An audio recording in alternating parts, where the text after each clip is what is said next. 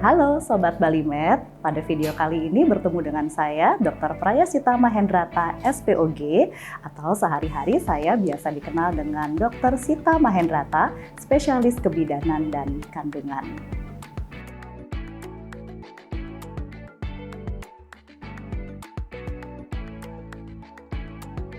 Nah, jadi pada video hari ini apa sih yang mau kita obrolkan? Saya ingin mengajak Sobat Balimed, para wanita, para perempuan untuk lebih mengenal diri kita sendiri. Menyayangi lebih diri kita sendiri dengan cara memeriksakan diri, terutama memeriksakan organ kewanitaan kita. Nah, tapi sebelum saya ngobrol lebih lanjut, kita diskusi lebih lanjut, mungkin boleh ya kalau kita pengen diskusi atau sharing-sharing apa sih sebenarnya selama ini yang membuat para wanita ragu-ragu atau khawatir kalau mau memeriksakan diri secara rutin ke dokter kandungan. Boleh ya kita diskusi di kolom komentar, atau kalau misalkan malu boleh juga DM saya secara pribadi, oke? Nah, jadi sebenarnya sehari-hari yang biasanya membuat wanita atau perempuan datang ke rumah sakit atau memeriksakan diri ke dokter kandungan itu biasanya ada dua masalah. Seperti warna bendera Indonesia, yaitu warna merah dan warna putih. Kalau kita ngomong warna merah, biasanya itu adalah seputar masalah menstruasi.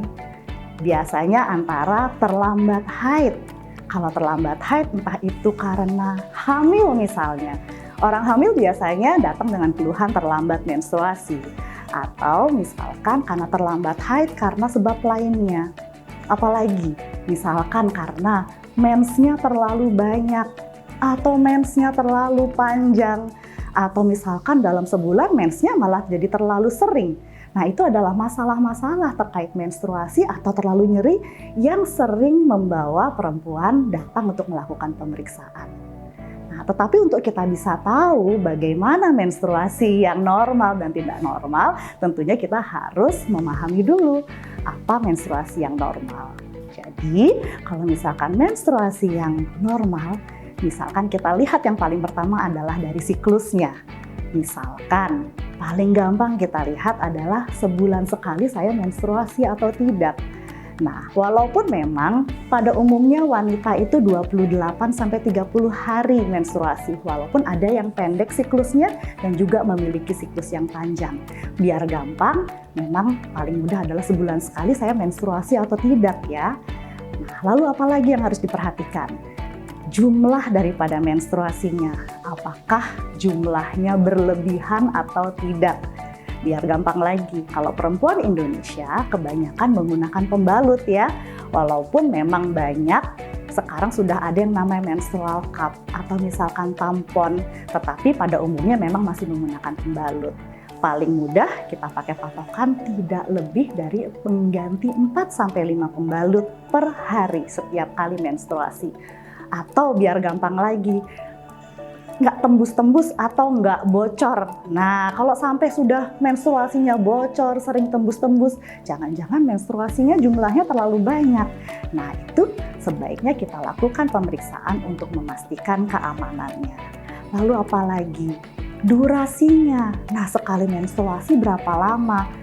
Kalau lebih dari seminggu, nah saya pakai contoh yang gampang-gampang aja. Misalkan lebih dari seminggu, berarti kemungkinan menstruasinya sudah memanjang. Atau menstruasi yang nyeri. Atau jangan-jangan sebulan bisa lebih dari sekali menstruasinya. Walaupun misalkan hanya diawali dengan bercak-bercak atau sedikit-sedikit, tetapi lebih dari seminggu dan nggak selesai-selesai.